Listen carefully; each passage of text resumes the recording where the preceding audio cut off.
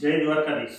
અમૃત પુષ્પ સંશોધક સ્વ દિનેશભાઈ આર વિઠલાણી, સહ સંશોધક નૈનાબેન આર વિઠલાણી. હું જુનાગઢથી સમીરભાઈ ભીમાણી અને મમતાબેન ભીમાણી. અમારા સેન્ટર ચાલે છે જુનાગઢ વિતરણ કેન્દ્ર, રાજકોટ વિતરણ કેન્દ્ર અને કેશોદ વિતરણ કેન્દ્ર. હવે મિત્રો, આજે આપણે અમૃત પુષ્પ બનાવી રહ્યા છીએ. આપણું લાઈવ અમૃત પુષ્પ બને છે, તમે જોઈ શકો છો. એકદમ જે દિનેશભાઈ વિઠલાણી કહેતા એવું બ્રાઉન કલરનું અમૃત પુષ્પ આપણે બનાવી રહ્યા છીએ. આને બનતા 24 કલાક થાય છે. આ અત્યારે ઉકળે છે, પછી આ બંધ કરશું આપણે, પછી આને ઠારવામાં આવશે. ઠંડુ થાય પછી મોટા શીશા ભરી અને એને ફ્રીજમાં સ્ટોર કરવામાં આવશે. એમાંથી આપણે આવી અમૃત પુષ્પની નાની નાની બોટલ ભરશું અને આ બોટલને આપણે કોલ્ડમાં જ રાખવાની હોય છે. હવે આ બોટલ જ્યારે પેશન્ટ અહીંથી લઈ જાય છે એને પણ બરફમાં જ લઈ જવાની હોય છે. એટલે કે દાખલા તરીકે કોઈ પણ સેન્ટરમાંથી લઈ જાય તો એને ઘર સુધી ઠંડી જ લઈ જવાની હોય છે અને ઘરે પણ ફ્રીજમાં જ રાખવાની હોય છે. હવે ઘરે જઈને શું કરવાનું હોય છે કે મધ છે સાથે આ બોટલનું ઢાંકણું ખોલી આ બૂચ કાઢી આ અમૃત પુષ્પની અંદર આપણે મધ નાખવાનું હોય છે. અહીંયા સુધી મધ ભરશું.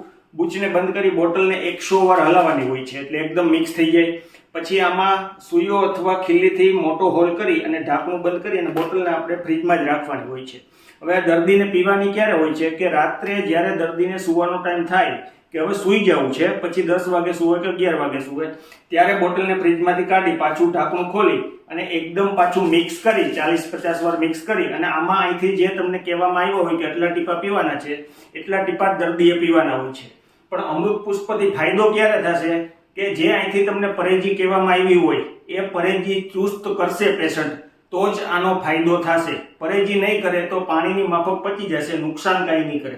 હવે પરેજીમાં શું છે કે દૂધમાંથી બનતી તમામ વસ્તુ, દૂધ, દહીં, છાશ, ઘી, તમામ પ્રકારની ખટાશ, લીંબુ, ટમેટું, ખટાશવાળા બધા ફ્રૂટ, આથાવાળી વસ્તુ, મેંદાની વસ્તુ અને નોનવેજ, આ બધું પેશન્ટને બંધ કરવું પડશે. ચા પીતા હોય તો સવારે એકવાર ચા પી શકશે, પછી આખા દિવસમાં નહીં. હવે ઘણા એમ પૂછે છે કે હવે અમારે દવા ચાલુ હોય એ ચાલુ રાખવાની. હવે તમે મેડિકલની દવાની સાથે કોઈ પણ ડોક્ટર સાહેબે લખી દીધેલી દવા હોય એ તમે અમૃત પુષ્પ સાથે લઈ શકો છો. હવે અમૃત પુષ્પ ક્યાં ક્યાં રોગમાં કામ કરે છે?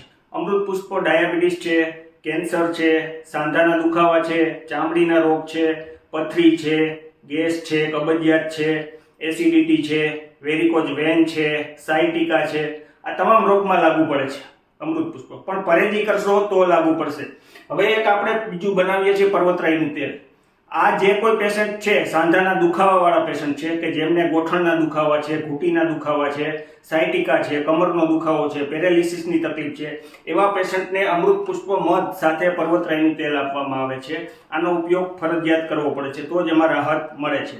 પછી આપણે બનાવીએ છીએ ડાયાબિટીસ 2 કે જેમને હાઈ ડાયાબિટીસ રહેતી હોય, કે જેમને 170 ઉપર ડાયાબિટીસ રહેતી હોય, 170 છે, 200 છે, 250 છે, કે ઇન્સ્યુલન્સ લેતા હોય, એમને અમૃત પુષ્પ સાથે ડાયાબિટીસનો ઉપયોગ કરવાનો હોય છે.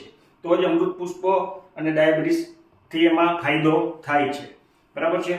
હવે આપણે આ અમૃત પુષ્પની અંદર શું શું નાખીએ છીએ એ કોઈને જાણવું હોય તો આપણે અમારું એક પેજ છે, ફેસબુકની અંદર છે, ઇન્સ્ટાગ્રામની અંદર છે અને યુટ્યુબની અંદર છે. અમૃત પુષ્પ જુનાગઢ અને કેશોદ કરીને અમારું આખું પેજ છે. એમની અંદર તમામ માહિતી આપેલી છે તો એ તમે જોઈ શકો છો. અને તમામ પેશન્ટોના જે રિવ્યુ મૂકેલા છે કે રિપીટ પેશન્ટ આવેલા છે એ પણ એ જ પેજમાં મૂકેલા છે. આ બધી અમૃત પુષ્પની માહિતી છે. જય દ્વારકાધીશ.